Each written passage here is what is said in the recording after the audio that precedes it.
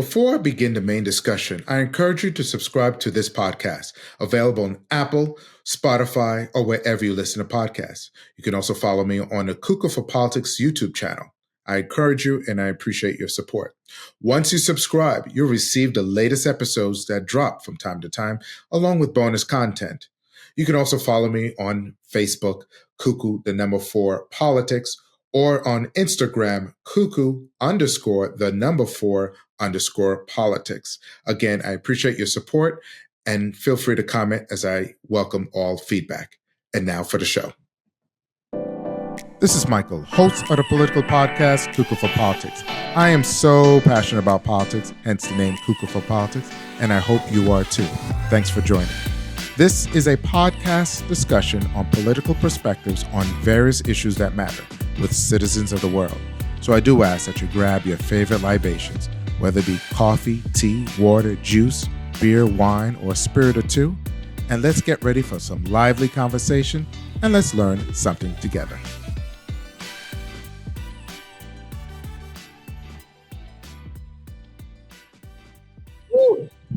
What's up, good people? Michael here, host of the political podcast, Cuckoo for Politics. To any first-time listeners, I hope you will enjoy this upcoming episode, and I ask that you subscribe. And to my loyalists, thank you not only for subscribing, but sharing your feedback over time. Now, this episode is appropriately titled The Trump Effect, because something must be said about Donald Trump's elections and his presidency. Let me bring you back. In 2016, Trump's surprise victory over Hillary Clinton not only shocked the country, but the world. Polls predicted that Hillary Clinton would win. There's speculated that even Trump was shocked that he won, that he was not thinking that he would win the election, but he did. Now, his election somehow deepened divisions with a clear divide between his supporters and those who opposed him.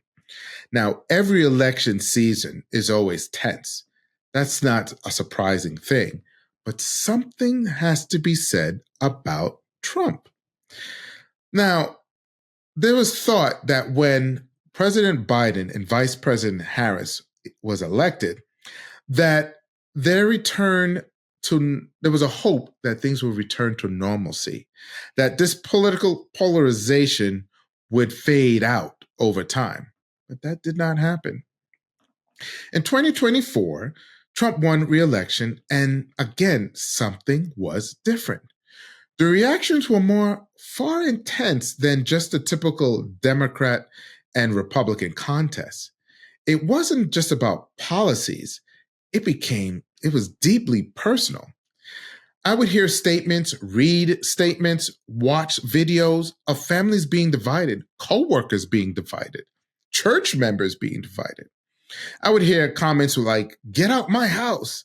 You are dead to me. I'm leaving this church." These were somewhat of the sentiments that were being said. Now, a Harris poll, a respected American market research firm that tracks public opinion since 1963, states that 42% of adults cited politics as the biggest cause of estrangement in families.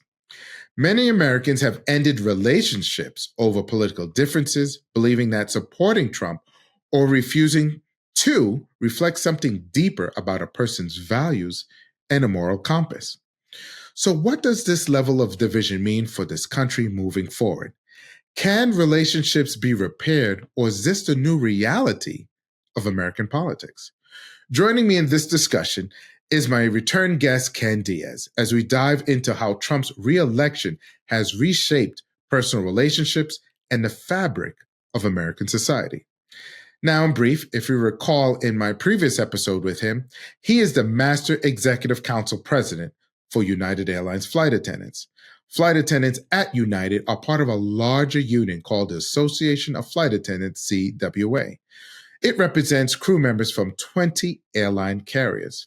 He has a long career in the airline industry and a long advocate for workers' rights.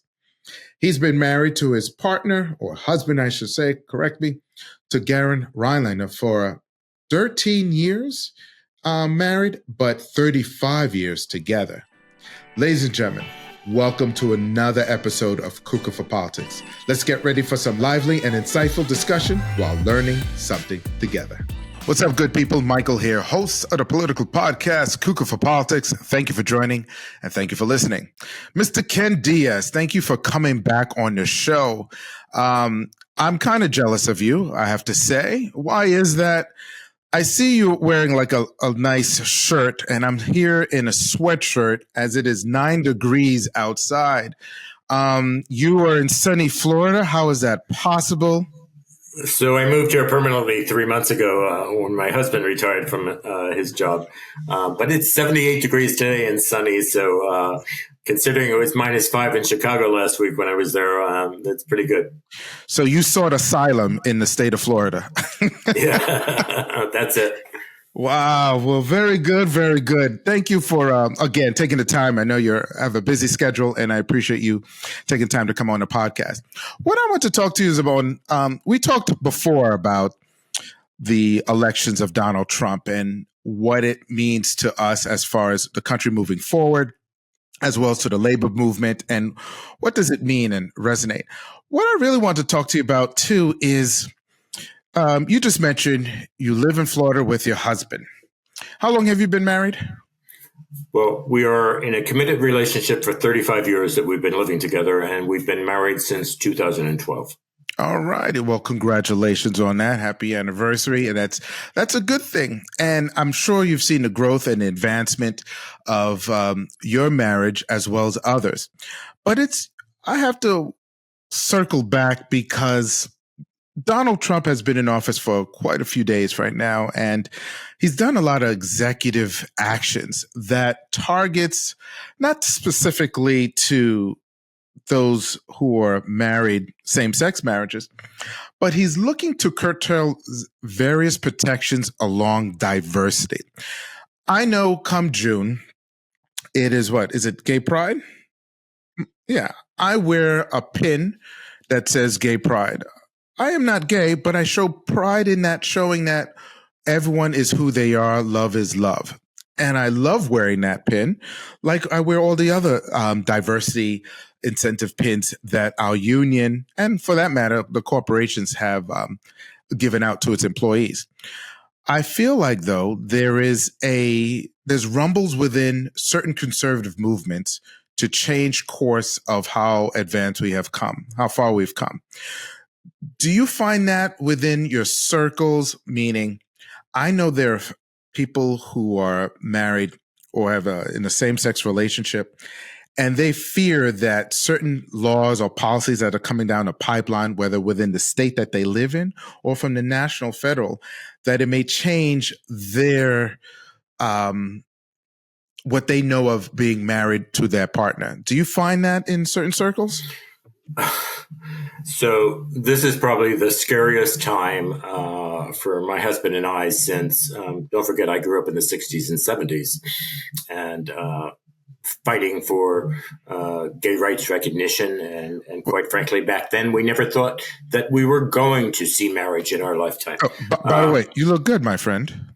Thanks. You grew up in the 67, looking good. All right, go ahead. Yeah. Thanks. Yeah, I graduated high school in 75. So I've gone through the decades where we had to fight for just recognition and acceptance, and we've come a long way.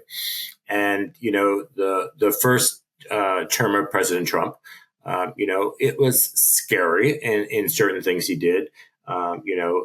There was attacks on the transgender community.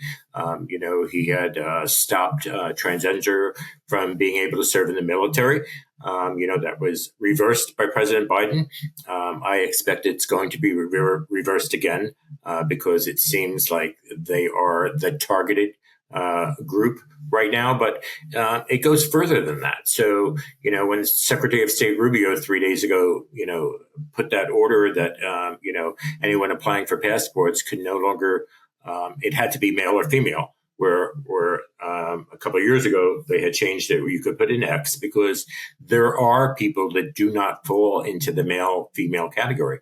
And we're talking about the trans community, but let's also talk about there's an intersex community, and not a lot of that is known publicly, but the intersex community is actually our fellow citizens that their reproductive organs are different, their chromosomes are different, and they don't really match up biologically into a male or female. So they finally got recognition, and then the non-binary finally got recognition of how they could apply for that passport. And that was automatically stopped 3 days ago. So it's a tax against segments of our community that we have fought alongside to try to make advancements so that all people are accepted, regardless of your physical anatomy or who you love. And for my husband and I, it was elation in 2012 that we felt we were validated, that finally our relationship never harmed anyone else's marriage.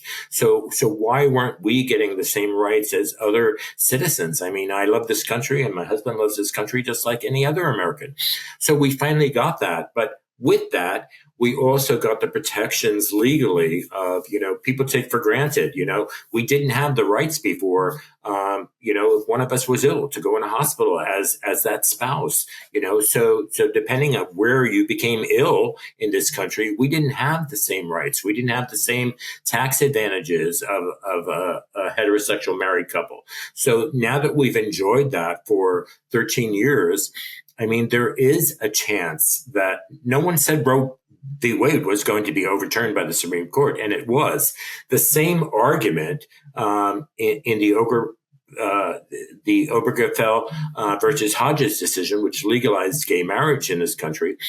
Don't forget, 2 justices on the Supreme Court said we should look at that again under the same premise of how Roe was overturned. So there is concern, and quite frankly, frightening concern among the LGBTQ community of things to come in this administration. I mean, he wasn't in office one day when he made that. And that's why I said in the prior visit that I had with you on your prior podcast, he's so erratic and so much noise is happening. People don't see what's happening underneath. He was in office 24 hours and he made the executive order that no gay flag or could ever fly on a federal building. I mean, for what? I mean, why that attack against a rainbow flag? I mean, it's just mind-boggling. I mean, don't forget in the first Trump administration, transgender prisoners even, they were housed in female prisons for their detainment. He changed that and put them in all-male prisons. Well, they were violated and they were abused in those prisons. And I expect him, even though Biden had overturned that when he was president, I expect him to do that again because it's a community that because of the size of the community, it's easy to attack. And if you attack one, who else will they come after? I mean, he's stopped all these DEI programs. He's erasing history. I mean, Michael, you as a Black man, I mean, don't forget, decades ago, there were 400 airmen that were segregated in the Air Force that were pilots that were instrumental in defending this country. He has actually this past week taken that all out of the textbooks and out of the government records like they didn't exist. I mean, it's mind-boggling that people don't see the attacks against their fellow citizens. We're your neighbors, we're your family. And that's why, even on a personal level, my oldest brother is 10 years older than me. He was our best man at our wedding. Unfortunately, they have not spoken to us for 8 years now. We're not allowed in their home, and it's all over politics because we did not support President Trump. And, families had broken up over this, which is just mind-boggling to me that we can't have a civil discourse and differences of opinion in a rational way where this like you're either in or you're out, and it's scary to be, for us, a gay married couple, because we don't know where this is ending up. I mean, if you followed the news this past week in South Dakota, their legislature, they want to appeal this decision that legalized gay marriage to the Supreme Court. Yes, they would have to get Congress to go along, but like, you've seen what's happened in Congress. Like, no one knows the pressure that's going to be behind the scenes. And people thought, when we were during this campaign talking about Project 2025, these are all playbooks out of Project 2025. And 2/3 of the people that he has brought into this administration are authors of Project 2025. So when he said he didn't know what it was, I mean, this is where my faith in our electorate. It's no longer just Trump; it's the electorate. Why aren't they focusing on the harm and the attacks on fellow Americans? We're just as patriotic as anyone else, and we live in fear because our whole retirement security is based on our marriage for the last 13 years. I mean, if that's undone, where are our protections? And these are things that normal heterosexual married couples would never, ever have to contemplate. So yes, we're considering having legal papers drawn up and everything just in case, to make sure there's some protection, because right now there wouldn't be if we didn't have the legal definition of marriage, which we currently enjoy. You hit a couple of points, and I'm trying to recall a lot of families, relationships, work relationships, family, neighbors are not talking to each other. I know a couple where the husband and wife, it took after the election. I know I was mourning, but there are couples who are still not talking to each other, or they cannot bring up politics because either the husband voted for Trump and the wife voted for Harris, or vice versa.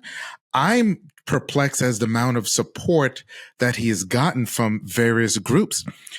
I don't understand when your rights are being taken away, yet there are people who will still say, well, Trump is the right person because my 401k is going to skyrocket. They're not seeing this. And you're saying your brother doesn't even talk to you, who was in your wedding? No, my brother, my sister-in-law, and there's even nieces and nephews involved. So I grew up in a very, very close-knit family. I mean, when I tell you nothing that is happening today could ever have been imagined in my family, but I have nieces and nephews. Some are very close to us now. Others have shunned us because of the political situation that we did not support President Trump. And there's nieces and nephews that haven't spoken to us either in 8 years that, we spent every holiday and family dinner together. And we were actually asked not to attend family dinners anymore. And this is my brother.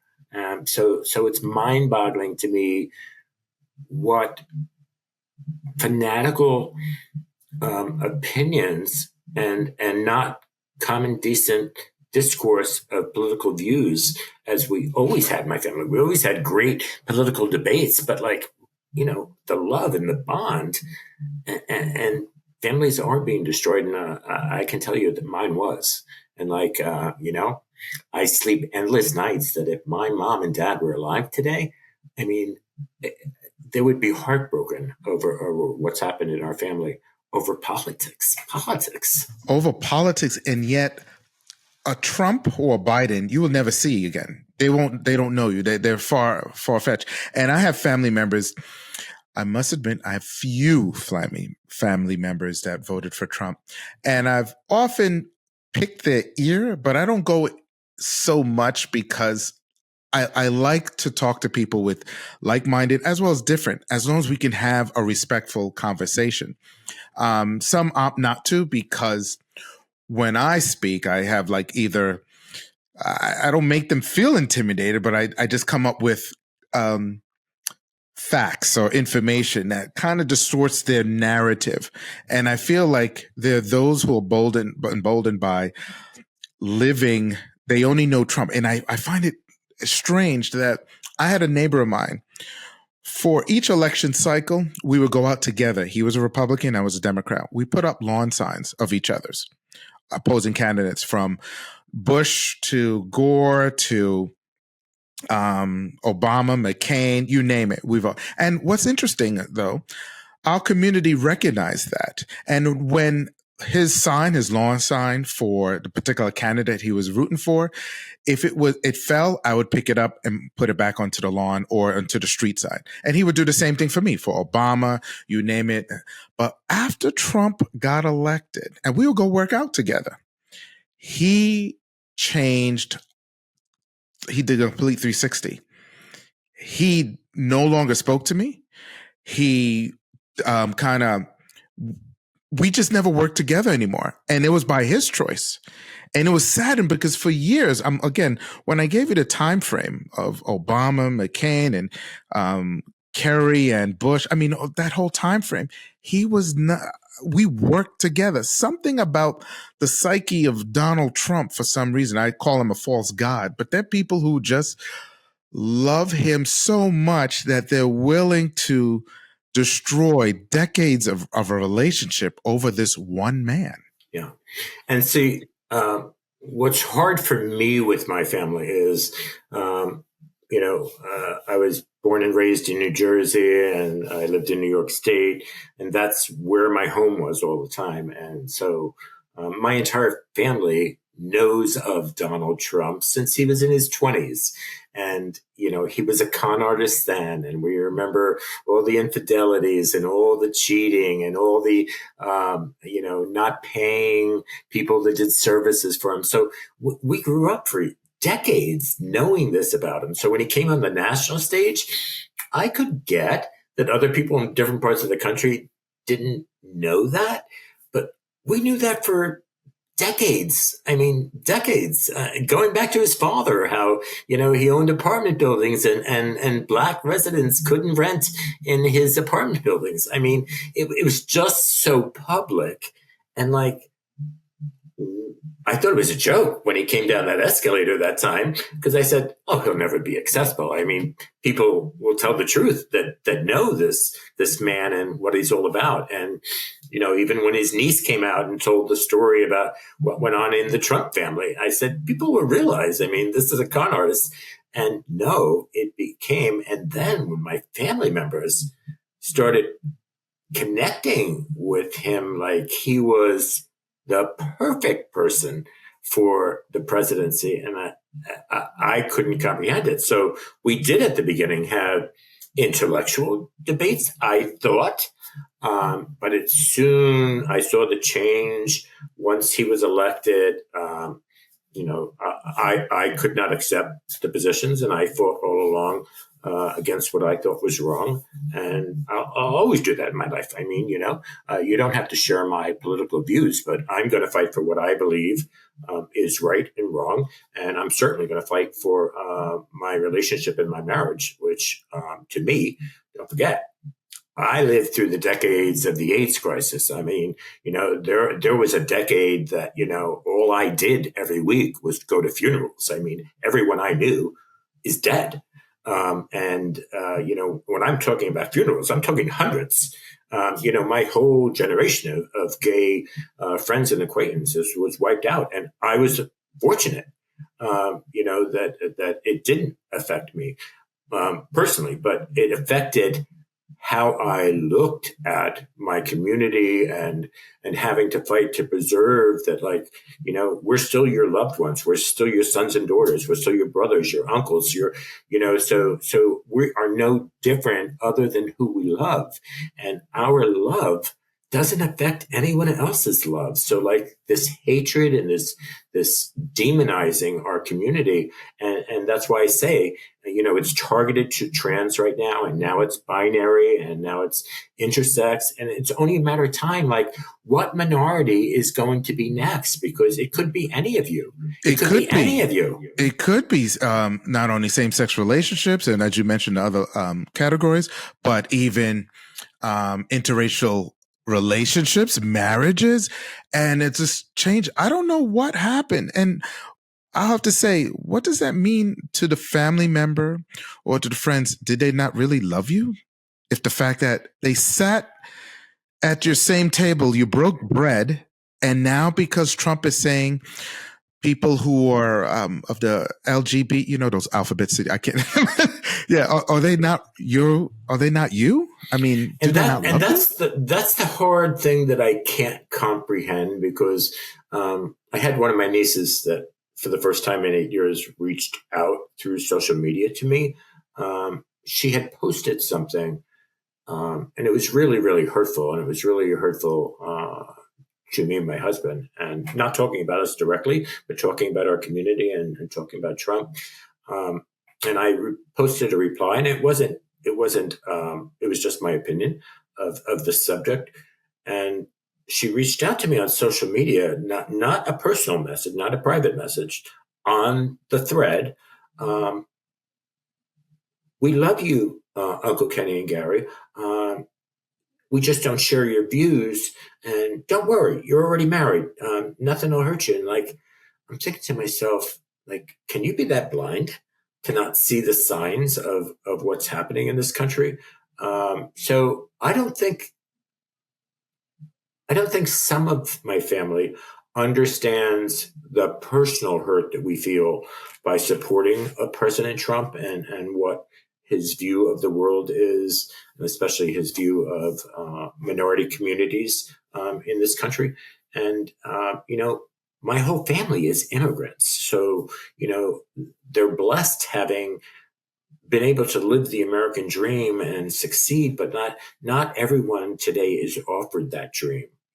Home ownership, that's a whole nother crisis in this country that sometimes we have to deal with. I mean, generations coming up now can't get into the home ownership unless basically it's, after someone passes away, and it's an inheritance, because it's so out of the norm to be able to afford home ownership. So there's a lot of things that have changed. But when my brother and sister-in-law actually wouldn't let us in their home anymore, I don't comprehend how it got to that point. I just don't comprehend, because, like, I'm not different. I'm the same person I am today as I was pre-Donald Trump coming onto the scene. But I am going to stand up for myself and my husband and in our community. We're being attacked, and Yeah, it we're not going to saddens. stand for it. No, and the thing is, we all have allies, people who are joining forces, locking in arms, to remember that we're not going back. Even though that was the campaign phrase of Harris, I take that to be true. We're not going back. There's going to be forces that are going to be pushing to put the genie back in the bottle, in a sense, the progress that we have made as a society. They're trying to reclaim this is not our America. It is our America. We were born here. We've earned, our ancestors have fought so many rights and made personal sacrifices for us to achieve of where we are. And you and I and others like us are not going to stand quiet. It's going to be hard for these next 48 months.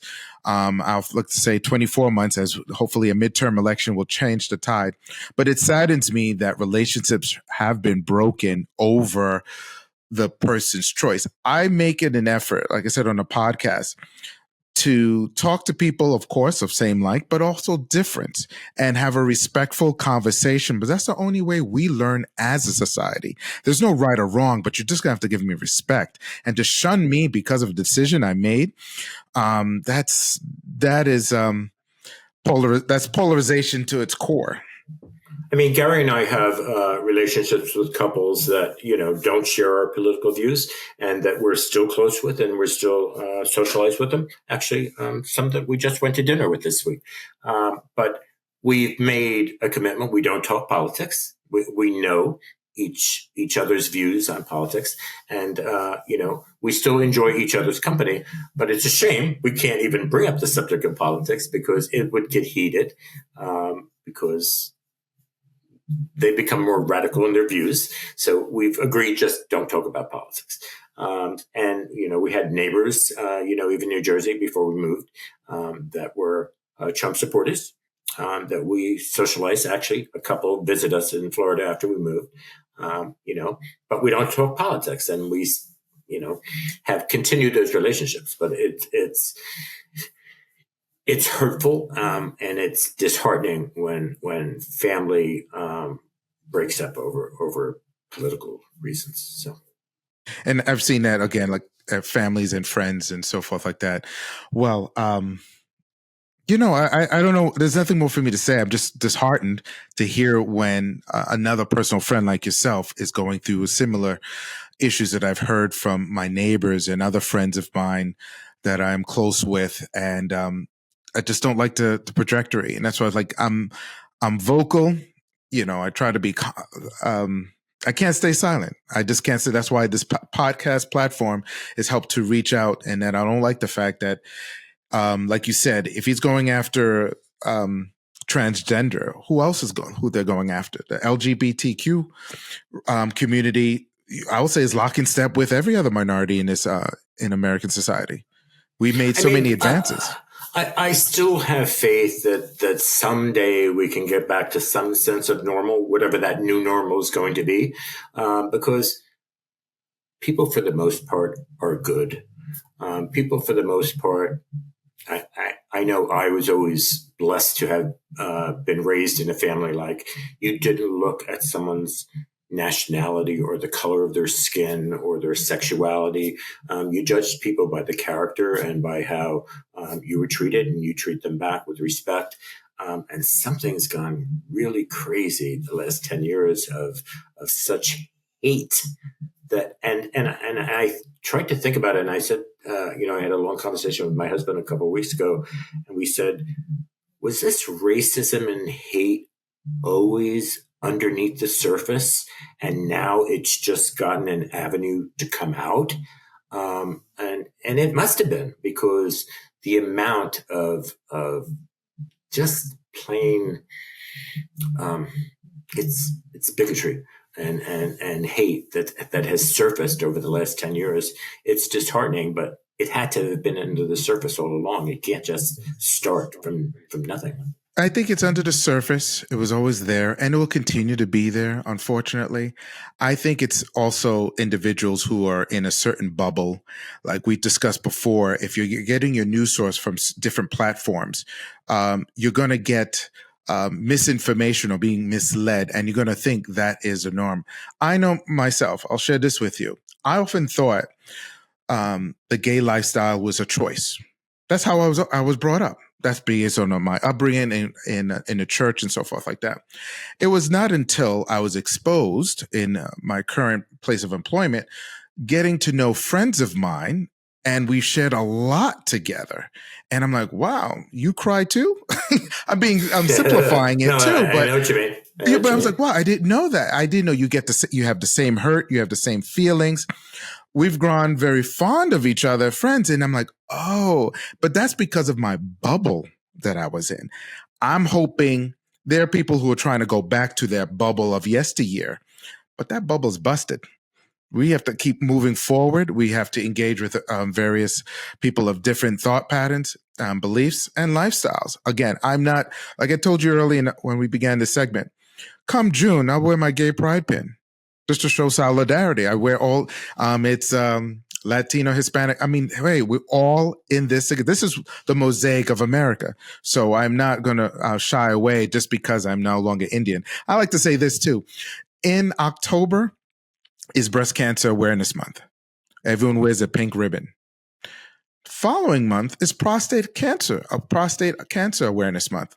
It's not saying breast supersedes prostate cancer. It's just cancer is making it aware of who we are and what we hope to bring attention to. I think that gets lost, that we're all in this together and we have the same struggles like everyone else.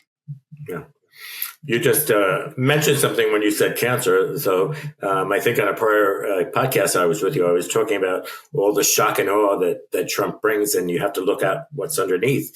I mean, where's the media covering the story that cancer research was put to stop this week?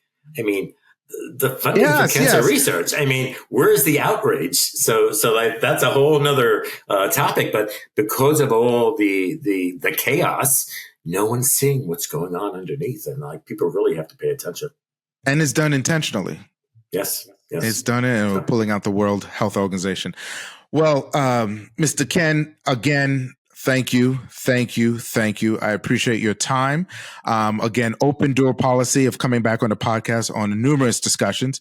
Maybe you and Gary could come on as well. We can have a little panel discussion here and there as I open up to other people. But I'm glad you're able to take the time to be with me. Ladies and gentlemen, stay tuned for my closing thoughts. Hey, now for my closing thoughts here. I'm going to take you back. In the summer of 1997, there was a popular movie called Men in Black. Here comes the Men in Black. Yeah, that was sung by Will Smith. Love that song. And anyway, he actually starred in this movie with Tommy Lee Jones. They played secret agents J and K, who were working for a secret agency that monitors aliens from outer space coming to on Earth. And what was funny was every time a human interacted with one of these aliens, they would take out a device called the neutralizer. And with that quick flash of light, that person forgot everything they saw, read, or experienced. And that was the comedy of it all. Now, fast forward to present day.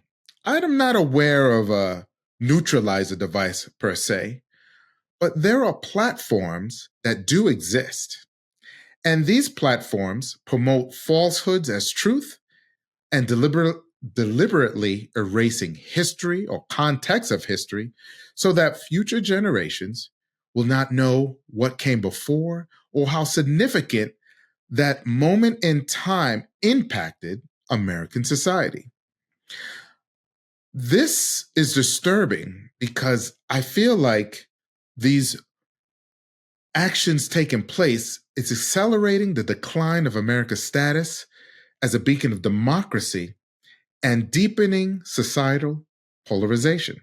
Case in point, in 2022, Donald Trump created and launched social media platform called Truth Social. I personally would think it's called anti-truth social because many of the posts on that platform deliberately mislead, distort reality. It promotes an alternative version of truth or facts. There's a difference between conservative opinion and liberal opinion, but facts are facts. You can't take that away. Now, before Trump's presidency, there was no such thing as the term fake news, but now that is common. That's actually part of mainstream vocabulary. Any information that's unfavorable to him or his supporters, or the party for that matter, would be considered it never happened. He dismissed it. Remember, January 6 rioters, it never happened. It was a love fest. Remember, he initially said, Zelensky is the dictator, not Putin. Ukraine invaded Russia, not Russia. Huh? He's actually tooting that Musk, along with Musk, or Musk and Trump administration, I don't know, but they're saving billions in government waste without providing any evidence. They actually had to correct some of the data that they state because when the press would question them, they would make false statements and post it on their websites and then retract to make the necessary correction. Remember, Donald Trump tooted that 20 million undocumented immigrants came under Biden. But when you look at the own government's website, as of December of 2024, the last full month of the former president, only 11 million undocumented immigrants came in. Really? He's now claiming that the high tariffs will save Americans millions of dollars, yet the consumer pays for this. Economic experts say with these tariffs, it's going to raise or continue inflation. And with trade wars happening, who knows? There's unlimited. Time will tell. But this is what's what's happening. Now, let me go back. He has executed numerous executive orders targeting diversity, equity, inclusion, and accessibility. These deliberate attacks seek to dismantle rights and protections that many Americans have fought for and had to secure. It's important to remember that most of us were never included in the initial Declaration of Independence or when laws were formulated at the conclusion of the American Revolution. Remember, they were looking to protect white plantation owners. Not even poor white men were even considered. Women, forget about it. Persons of color, well, you know where we stand during that time. Nevertheless, people forget that aspect of history. DEIA programs that came soon after exist to address discrimination and create equal opportunities in both public and private sectors. Yet, if we were to rely solely on Truth Social, or the GOP's version of the neutralizer, you would think these initiatives were only there for Black Americans. In reality, they promote fairness and correct historical injustices. Sometimes I think people who rail against DEIA initiative, is because in today's political climate, you can no longer openly use racial slurs or other derogatory terms. Instead, they demonize diversity itself. This kind of political environment has fractured families, friendships all over.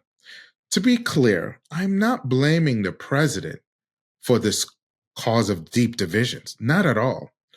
But he is the product of the segment of society that resents the country's changing demographics and the upward mobility of those who were once marginalized.